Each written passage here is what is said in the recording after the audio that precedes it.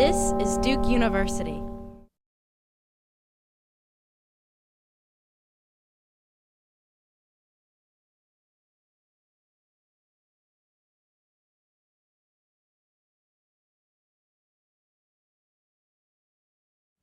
I'm Dan Vermeer, the Executive Director for the Center for Energy Development and the Global Environment at Duke University.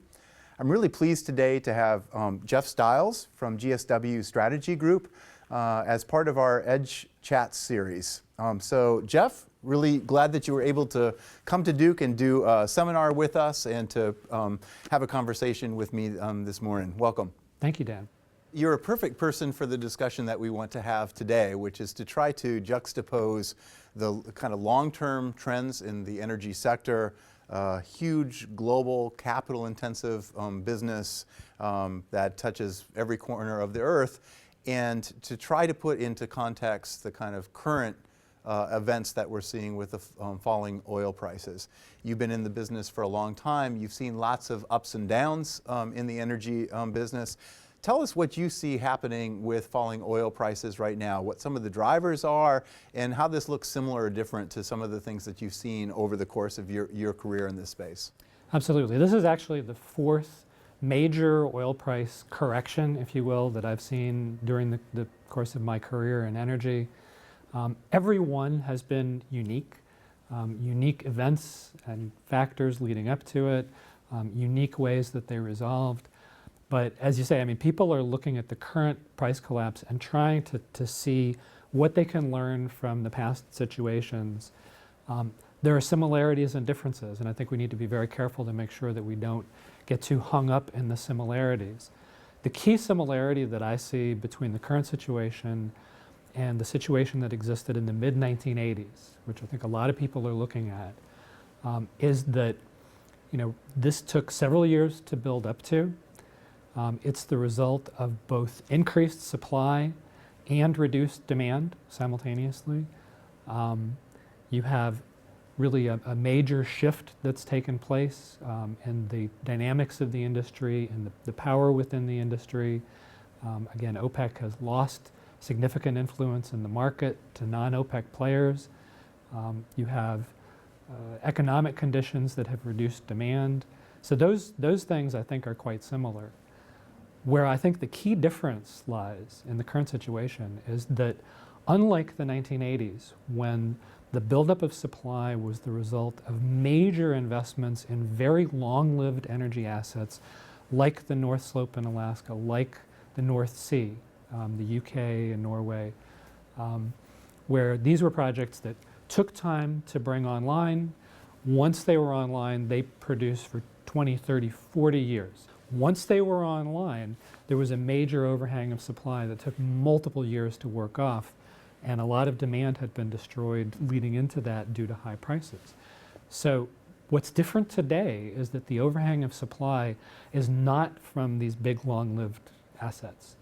It's from this entirely new process of producing oil and gas from source rock, from what's commonly called shale. It's not exactly shale, but that's what it's commonly called. The life cycle of those fields, the life cycle of those wells, is very short. You can get them up and running within a short amount of time, maybe a year.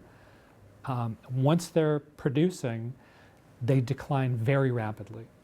So if you stop drilling today, within a year or two, the production from those wells is significantly reduced. This is the big uncertainty that we're facing right now, is how quickly will this cycle run, because we're dealing with a very new kind of supply technology.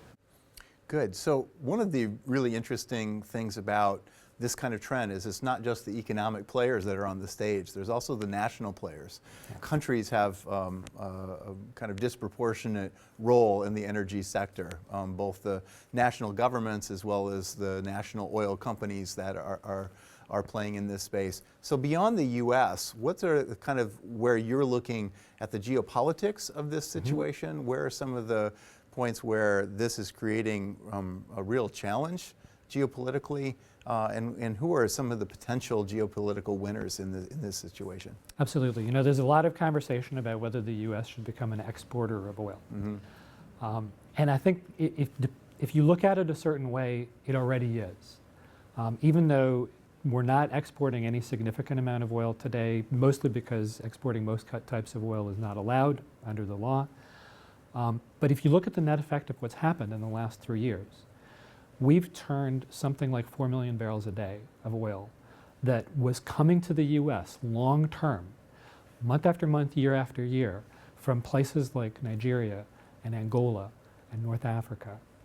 That oil was dedicated to the U.S., Venezuela. All of a sudden, a lot of these supplies have been thrown back into the market. And a lot of them don't have a home. So those producers, it's not just the low price environment, they're now having to scramble and compete for customers. So that's part of what's happening in the price dynamic. So they're responding to a low price, but they're also feeding into the low price because now a customer in Singapore and China has many more places to choose from. So you have suppliers in the Middle East that are competing with suppliers in West Africa, that are competing with suppliers in Latin America.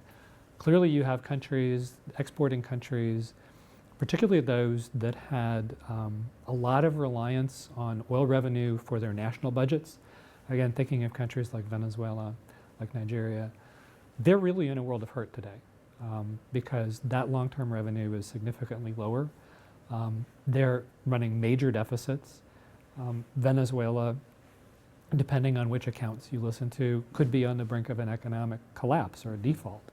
Let's just take a little bit different angle on this. You talked about the current situation being partly a story about supply and partly a story about demand. Right. So tell me a little bit more about what you see happening on the demand side of the equation, and are lower prices likely to result in increasing demand, or are there structural things that have changed that are going to keep demand in check as we look at over the kind of medium to long term? Absolutely, and I think that's another similarity to the mid-1980s that's worth keeping in mind, because people forget that it wasn't just a story about supply then.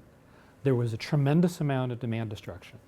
Part of that demand destruction occurred because huge amounts of oil were backed out of the electricity sector. Nuclear power, coal-fired power plants, those were expanded significantly in the 1970s and 1980s in response to the first oil crisis and the second oil crisis. Or first oil crisis if you lump the whole 1970s experience together. What we're seeing now, just as we saw then, after a period of high prices, a lot of people have adjusted. Energy efficiency investments have been funded that might not have been funded otherwise. People have reduced driving. They've changed their lifestyles to some extent. So those changes won't disappear overnight. In fact, many of them are permanently embedded in the marketplace. Last question, Geoff. I know you are a consultant to energy businesses, not an investor, not an investment advisor, but if you were, where would you suggest investors look to put their money in this phase of great uncertainty? That's a great question, and I think it depends a lot on what your horizon is. If you're looking for a quick return, I'm not sure that I see any low-risk ways to do that in the current environment. I think that we're currently seeing oil prices bounce up a bit. I think this is maybe not a real rally. I think that we have to wait to see the real production cuts. But if somebody's got a bit of a longer-term perspective on this, I do think there's some great opportunities out there.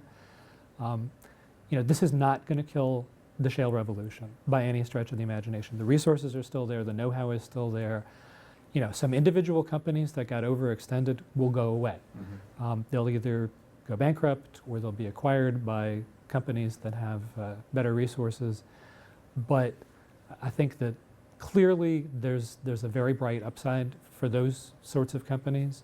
And if you can find quality companies with decent balance sheets that have been hammered just as hard as the companies with poor balance sheets, those would be, I think, good investment opportunities. But in the very short term, the next year or so, I'm not sure that I see a lot of significant winners out of this. I think there's going to be a lot of scrambling, a lot of readjustment. Good. Well, we'll have to cycle back on these conversations in a year from now, where I'm sure there will be many new surprises that we didn't anticipate. But really appreciate your insights and the conversation. I enjoyed learning more about these issues from you, and look forward to our seminar. So thanks for being here. Appreciate it. My pleasure. Really enjoyed it.